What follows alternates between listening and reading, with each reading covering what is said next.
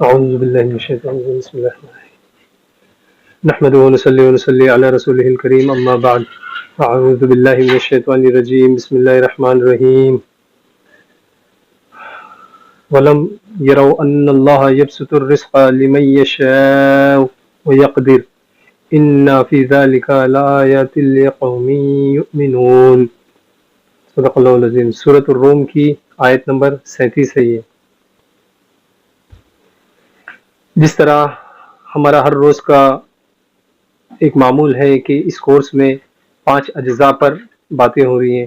Number 1 ہے قرآن کریم کی آیت یا آیات، حدیث مبارکہ، نمبر 3 عقیدہ، نمبر 4 مسئلہ، اور نمبر 5 ہے مسنون دعا۔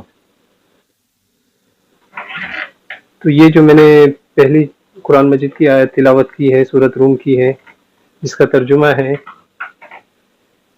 کیا انہوں نے نہیں دیکھا کہ اللہ جس کے لیے چاہتا ہے رزق کو کشادہ کرتا ہے اور جس کے لیے چاہتا ہے رزق کو تنگ کر دیتا ہے۔ بے شک اس میں ان لوگوں کے لیے نشانیاں ہیں جو ایمان رکھتے ہیں۔ تو اس میں نشانی کیا ہے یہ ہم کو دیکھنا ہے کہ دیکھیں اللہ رب العزت ہی رازق ہے، ایک صفت ہے نا رزاق، تو اللہ ہی رازق ہے، اللہ ہی روزی دینے والے ہیں۔ اب یہاں پر کسی کو کم روزی ملتی ہے، کسی کو زیادہ ملتی ہے، روزی دینے والے اللہ ہی ہیں۔ یہ اللہ کی قدرت ہے اور اللہ اپنی شان کے مطابق جسے چاہے اسے اتنا عطا فرماتے ہیں۔ پہلی چیز تو اس میں یہ حکمت ہے کہ دیکھا جائے گا کہ بندہ جو ہے اگر اس کو کم رزق ملا ہے تو بندہ اس پہ صبر و شکر کرتا ہے یا نہیں کرتا ہے۔ دوسری چیز اللہ یہ دیکھتے ہیں کہ دوسرا جو بندہ ہے کہ اللہ نے اس کو وافر مقدار میں بڑی زیادہ مال و دولت عطا فرمایا ہے، وہ بندہ اللہ کی راہ میں کار خیر کرتا ہے یا نہیں، اپنی زکوٰۃ صدقات جو اس پر واجبات ہے وہ ان کا حق ادا کرتا ہے یا نہیں، یہ ایک چیز کی اس پہ پوچھ ہوگی۔ دوسری چیز ایک یہ ہے کہ دیکھیں ہمارے نارمل عام طور پہ الفاظ میں کہیں گے تو ایک بندہ امیر ہے ایک غریب ہے، تو غریب بندہ جو ہے امیر کے یہاں کام کرتا ہے نا، تو امیر کے پاس اللہ نے جو بھی دولت دی ہے اگر غریب بندہ اس کے یہاں کام نہیں کرے تو وہ دولت اس کی کچھ کام کی نہیں آتی ہے۔ اسی طریقے سے غریب بندہ اگر کام تو کر رہا ہے اس کو مال نہیں ملے تو وہ جیے گا کیسے، کھائے گا کیسے، ہے نا۔ تیسری چیز یہ ہے کہ اگر اللہ ہر ایک کو برابر مقدار میں مال دولت دے دیتے تو کوئی چھوٹا بڑا نہ رہتا ہے نا، امیر غریب کا اس میں کوئی تقاضا ہی نہیں رہتا۔ تو اب یہاں پر یہ ہو جاتا کہ سب برابر ہے تو کون ایک دوسرے کے لیے کام کرتا؟ یہ جو دنیا کا نظام ہے، دنیا کا سارا سسٹم ہے، یہ کیسے چلتا ہے نا۔ اسی لیے اللہ رب العزت نے بعض کو بعض پر فضیلت بخشی ہے۔ اس میں آگے قرآن میں اور بھی آیات ہے جس میں اللہ رب العزت فرماتے ہیں ہم نے بعض کو بعض پر فضیلتیں بخشی ہے۔ یہاں پر یہی سمجھنا ہے ہم کو کہ دیکھیں بندہ مسلم ہے چاہے غیر مسلم ہے، اللہ ہر ایک کو مال و دولت عطا فرماتے ہیں، جسے چاہے جتنا دیتے ہیں۔ اب اس میں ہم اپنے آپ کو ہر حال میں اللہ کا شکر ادا کرنا ہے۔ اس میں ایک چھوٹی ایک روایت پیش کرتا ہوں، بنی اسرائیل قوم کا واقعہ ہے کہ موسیٰ علیہ السلام کے دور میں موسیٰ علیہ السلام کلیم اللہ سے بات کرتے تھے، تو ایک بندہ کہنے لگا یا اللہ، اے موسیٰ آپ اللہ سے بات کرتے، آپ اللہ سے دعا کرے کہ میرے پاس بہت مال ہے، اللہ کو کہے کہ بس کر دے، نہیں دے۔ موسیٰ علیہ السلام نے کہا ٹھیک ہے۔ پھر آگے گئے تو ایک بندہ تھا وہ کہنے لگا موسیٰ علیہ السلام سے، موسیٰ علیہ السلام آپ اللہ سے بات کرتے ہیں تو آپ اللہ سے میرے لیے دعا کرے کہ اللہ مجھے مال و دولت عطا فرمائے کہ میرے پاس کچھ نہیں ہے۔ ٹھیک ہے، تو جب موسیٰ علیہ السلام آگے گئے تو اللہ سے بات ہوئی تو اللہ کے آگے وہ پہلے والے بندے کی بات رکھی تو اللہ رب العزت نے کہا کہ موسیٰ اسے کہو کہ وہ اللہ کا شکر ادا کرنا چھوڑ دے۔ دیکھیں رزق اللہ نے اس کو دیا تھا، اتنا دیا تھا، بہت مقدار میں تھا، بہت بولے تو بہت تھا، تو لنگر وغیرہ کھلانا، کھانا کھلانا، بہت اس کا کار خیر میں رہتا تھا، اور وہ اللہ کا حکم وہاں سے آیا کہ بھائی آپ اللہ کا شکر ادا کرنا چھوڑ دیں، ان سے کہیں۔ دوسرے بندے کی بات موسیٰ علیہ السلام نے آگے رکھی تو موسیٰ علیہ السلام کو جواب ملا کہ اس بندے سے کہے کہ وہ اللہ کا شکر ادا کرنا شروع کر دے۔ جب موسیٰ علیہ السلام وہاں سے 2 پیغام لے آئے، آ کر پہلے بندے کو کہا کہ بھائی آپ کو اللہ نے کہا ہے کہ اللہ کا شکر ادا کرنا چھوڑ دے، تو وہ بندہ کہنے لگا موسیٰ अलैहिस्सलाम, मैं कैसे अल्लाह का शुक्र अदा करना छोड़ दूं? जो कुछ मेरे पास है अल्लाह ने ही दिया है, तो मैं इस पर कैसे अल्लाह का शुक्र अदा करना छोड़ दूं? तो मूसा अलैहिस्सलाम ने कहा, जब आप शुक्र अदा करना नहीं छोड़ोगे तो अल्लाह भी अपनी रहमत जो है आप पर नाजिल करना बंद नहीं करेंगे। दूसरे बंदे से मुलाकात हुई, उससे कहा कि अल्लाह का हुक्म है कि आप अल्लाह का शुक्र अदा करना शुरू कर दे। तो वो बंदा कहने लगा मूसा अलैहिस्सलाम को कि मैं क्यों शुक्र अदा करूं, मेरे को अल्लाह ने दिया ही क्या है। जब उसने ये बात कही तो अल्लाह की रहमत जो है उसमें जोश आया, जलाल आ गया है। वो एक तेज हवा चली है, जो एक तन पर कपड़ा लपटा हुआ था वो भी उस हवा के जरिए उड़ गया। तो देखो, अल्लाह को नाशुक्री जो है ये पसंद नहीं है। अल्लाह को शुक्र अदा करेंगे तो अल्लाह इससे बहुत खुश होते हैं। कुरान की एक आयत है, लइन शकरतुम लज़ीदन्नकुम, कि अगर तुम मेरा शुक्र अदा करोगे तो मैं तुमको बड़ा चढ़ा के रिस्क दूंगा। उसको मफहूम है, बड़ा चढ़ा के रिस्क मिलेगा काई से, शुक्र करने से ही।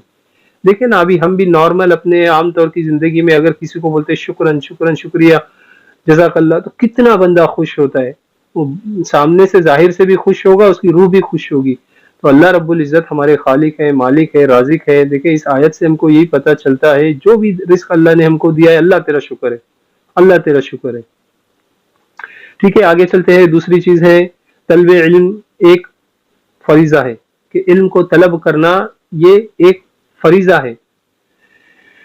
हदीस मुबारक है सुनन इब्ने माजा सफ़ा नंबर 20 में यह हदीस लिखी है, अन अनस इब्न मालिक रज़ियल्लाहु तआला अन्हु क़ाल क़ाल रसूलुल्लाह सल्लल्लाहु अलैहि वसल्लम तलबुल इल्म फरीज़तुन अला कुल्लि मुस्लिमिन वादिउल इल्मी इंद गैरि अहलिही कमुक़ल्लिदिल खनाज़ीरिल जवाहरा व लुअलुआ व ज़हबा। हज़रत अनस बिन मालिक रज़ियल्लाहु तआला अन्हु से रिवायत है कि रसूल अकरम सल्लल्लाहु अलैहि वसल्लम ने इरशाद फरमाया, इल्म हासिल करना ये एक फरीज़ा है, एक फर्ज है, किस पर? हर मुसलमान मर्द व औरत पर। और इस इल्म को किसी नाअहल के हवाले कर देना ये काम सही नहीं है। उसके बारे में फरमा रहे हैं कि देखिए, इल्म हासिल करना मुसलमान पर फर्ज है। इल्म को नाअहल के सुपुर्द करने वाला ऐसे है जैसे खंजीर के गले में हीरे जवाहिरात का हार या सोने का हार ये पहनाना।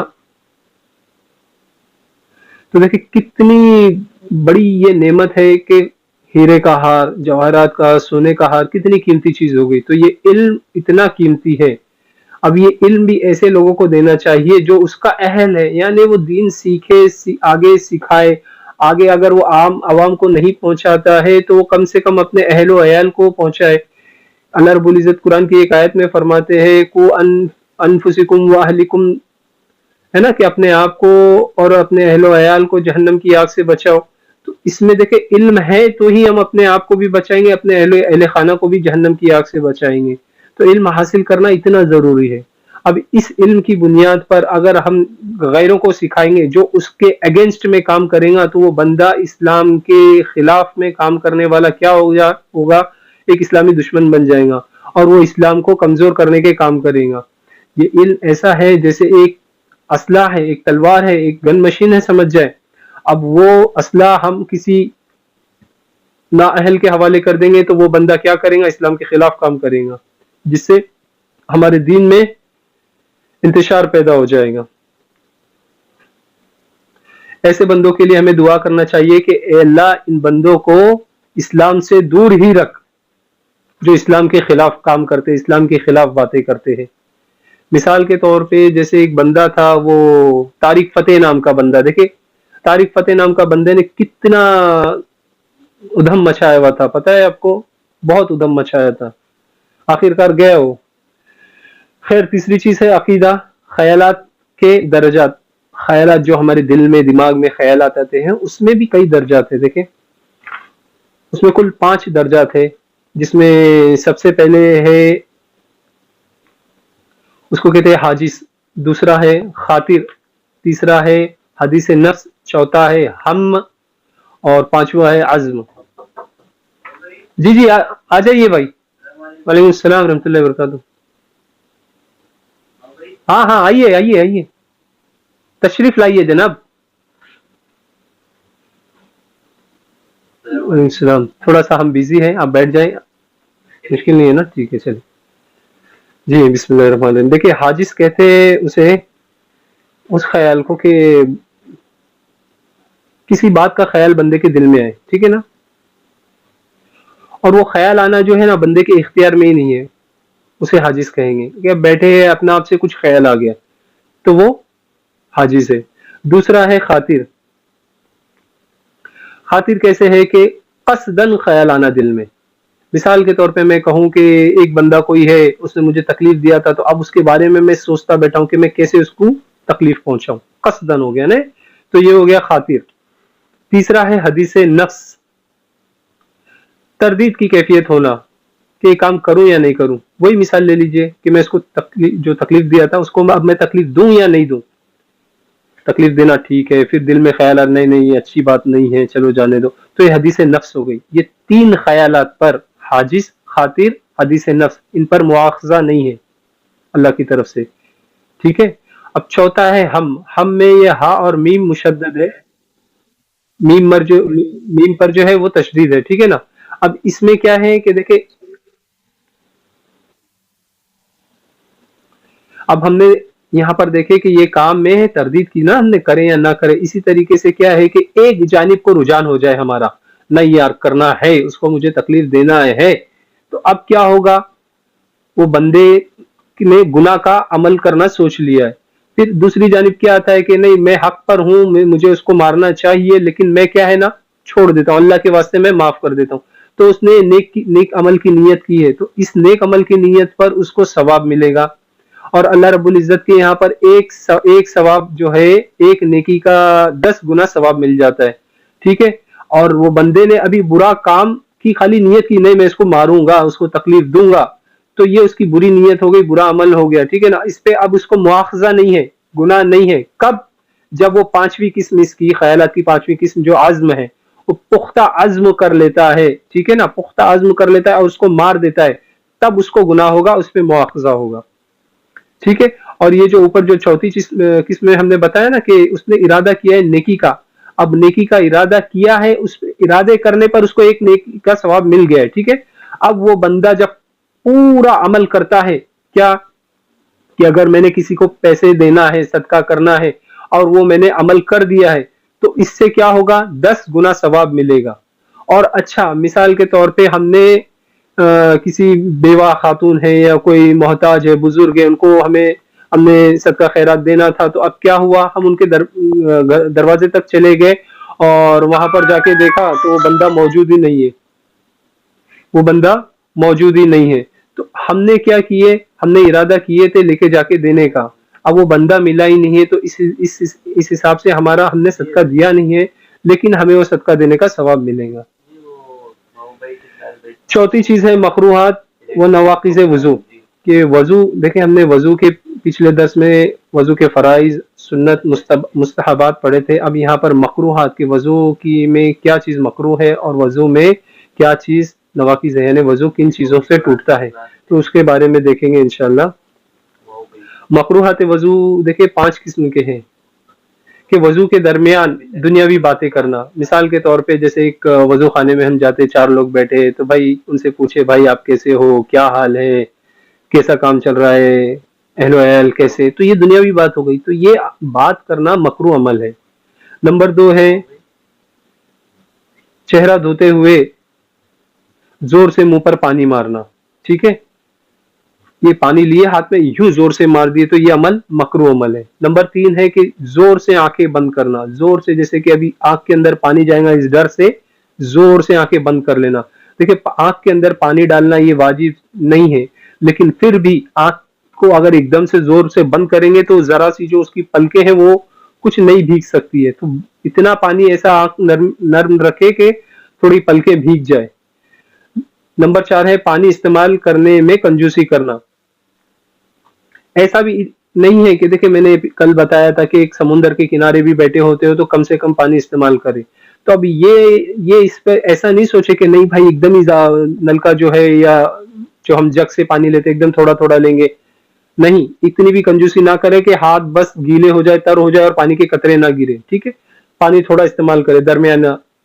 और नंबर 5 है कि जरूरत से ज्यादा पानी का इस्तेमाल करना, ये अमल भी मकरूह है। ठीक है, आगे देखते हैं नवाकिज़ वजू। वजू किन चीजों से टूटता है? पेशाब या पाखाना करने से वजू टूटता है, हवा खारिज होने से वजू टूटता है, खून का जिस्म से निकलकर बह जाना उन आज़ा पर, है ना, जैसे हाथ कट गया है, अब यहाँ से खून निकल रहा है, अब ये खून निकल कर बह गया है तो यहाँ से वजू टूट गया। अब ये खून जिस्म से निकला खून है, अगर जख्म है, जख्म में पीप होता है या उस जख्म में से पानी निकलता है तो इसके निकलने से भी वजू टूट जाता है। नंबर 4 है कै करना, उल्टी करना जिसे कहते हैं। नंबर 5 है पागल होना, बंदा पागल हो जाता है, उससे भी उसका वजू टूट जाता है। अच्छा खासा था, वजू किया हुआ था और रास्ते से जा रहा था, वो एकदम से पागल हो गया तो उसका वजू टूट गया। नंबर 6 है बेहोश हो जाना, वजू किया हुआ था, नमाज पढ़ने के लिए खड़ा हुआ और बेहोश हो गया, रास्ते में जाते हुए बेहोश हो गया तो इससे भी वजू टूट गया। नंबर 7 है सो जाना, अब बंदे ने तहज्जुद के टाइम उठाया, नमाज पढ़ा है तहज्जुद की और फिर थोड़ी देर सो गया, अब बोलेंगे मैं अभी तो बस जरी सी आग लगी थी, फजर की नमाज पढ़, नहीं, नया वजू करना पड़ेगा। नंबर 8 है बालिग आदमी का रुकू और सजदे वाली नमाज।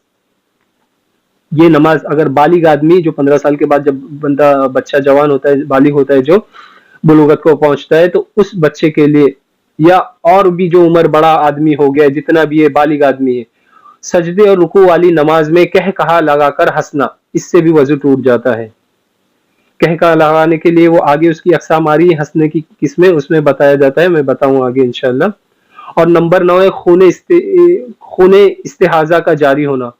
इस्तेहाजा का खून ये क्या है, इसके बारे में मैं कुछ मुख्तसर तौर पे बताता हूँ। देखिए, औरतों में ये चीज होती है, एक औरतों में होता है हैज, जिसे माहवारी कहते हैं, पीरियड्स कहते हैं, हर महीने होता है वो, ठीक है। दूसरा है निफास, जब बच्चा जनती है औरत तब उसको जो खून बहता है उसे निफास कहते हैं। और तीसरी चीज है इस्तेहाजा। इस्तेहाजा ये चीज है कि जब औरत को हैज का खून आता है, अब उसमें हैज के खून की मिकदार मैं बताऊं, कम से कम 3 दिन है और ज्यादा से ज्यादा 10 दिन है। अगर एक औरत को खून आता है 2 ही दिन आता है या 1 दिन आता है महीने में, जो पीरियड्स है उसके, तो ये इस्तेहाजा है, ये बीमारी है, इसको सही कराना है। और अगर उसको 10 दिन से ज्यादा आता है तो भी ये इस्तेहाजा का खून है, ये बीमारी का खून है, इसे चेकअप करा के इलाज कराना चाहिए, ठीक है ना।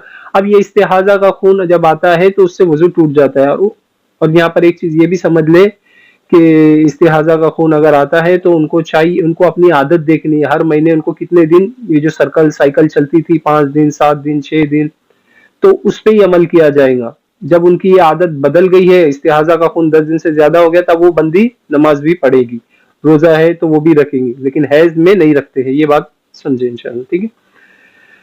आगे देखिए, फायदे के तौर पर कै की 3 किस्में हैं, उल्टी की 3 किस्में हैं। एक तो है खाने पीने की उल्टी, दूसरी है खून की उल्टी, तीसरी है बलगम की उल्टी। देखिए, इन तीनों में है ना, खास बात यह है कि मुंह भर के आना, मुंह भर के आना, जब उल्टी मुंह भर के आती है, इतनी उल्टी आ गई कि वो बंदा सबर ही नहीं कर सकता है, तो ये मुंह भर के आना कही जाती है।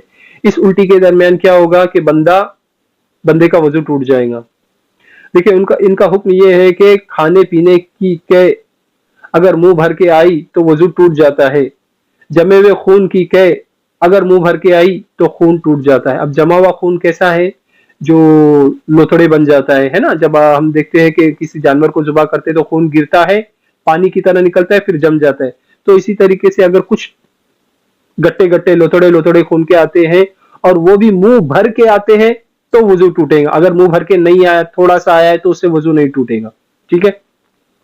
इसी तरह अगर पतले खून की उल्टी आती है तो उससे वजू टूट जाता है, वो थोड़ा सा भी आवे, पतला खून है तो वजू टूट जाएगा, ठीक है।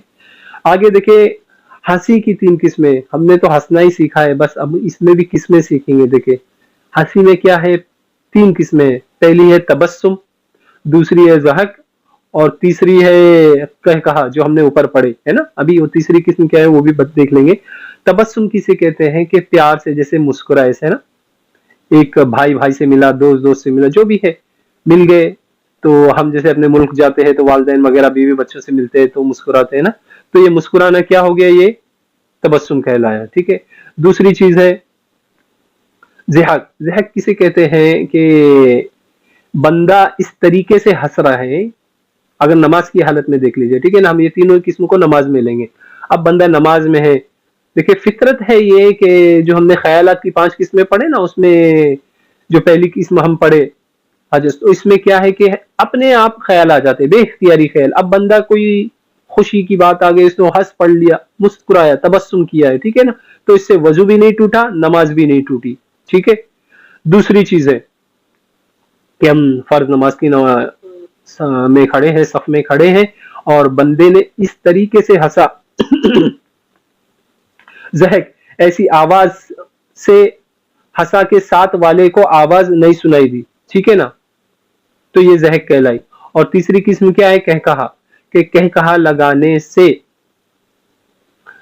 बंदे ने खुद भी सुन लिया है, वो तो हंसने वाला खुद सुनेगा ही, और उसके बाजू वाले ने भी सुन लिया है, तो ये क्या हो गया, कहकहा हो गया। इससे बंदे की नमाज भी टूटेगी, वजू भी टूटेगा, समझे। अब देखिए इनका हुक्म ये है कि कहकहा लगाने से वजू भी टूटा और नमाज भी टूट जाएगी। ज़हक से क्या है कि नमाज तो टूट जाती है लेकिन वजू नहीं टूटता। ज़हक समझ गए ना, कि बंदा अब अपनी नमाज पढ़ रहा है, या इनफिरादी अकेला पढ़ रहा है या जमात के साथ पढ़ रहा है, वो हंस दिया उसने, वो खुद सुना है, बाजू वाले ने नहीं सुना है, ठीक है ना, तो क्या होगा कि उसकी नमाज टूट गई है, वजू बाकी है। कहकहा में वजू भी टूटा, नमाज भी टूटी, ज़हक में नमाज टूट गई है, वजू बाकी है। तो ऐसी हालत में क्या करना होगा, बंदे को फिर से अपनी नीयत बांध के फिर नमाज में खड़े रहना होगा, ज़हक की हालत में, ठीक है। पांचवी किस्म है इल्म नाफे के हुसूल के लिए दुआ। नाफे किसे कहते हैं, नफा बख्श वाला इल्म, जो इल्म नफा बख्शता है उसे नाफे कहते हैं। देखिए वो दुआ ये सुनन तिरमिजी में है, जिल्द नंबर 2 सफा नंबर 517 पर यह हदीस मनकूल है। उसमें ये दुआ ये है, अल्लाहुम्मा अन्फअनी बिमा अल्लमतनी वअल्लिमनी मा यनफउनी वज़िदना इल्मा अल्हम्दुलिल्लाहि अला कुल्ली हाल। ए अल्लाह, जिसका तर्जुमा है, ए अल्लाह जो इल्म तूने मुझे सिखाया है उससे मुझे फायदा पहुंचा और मुझे नफा दे,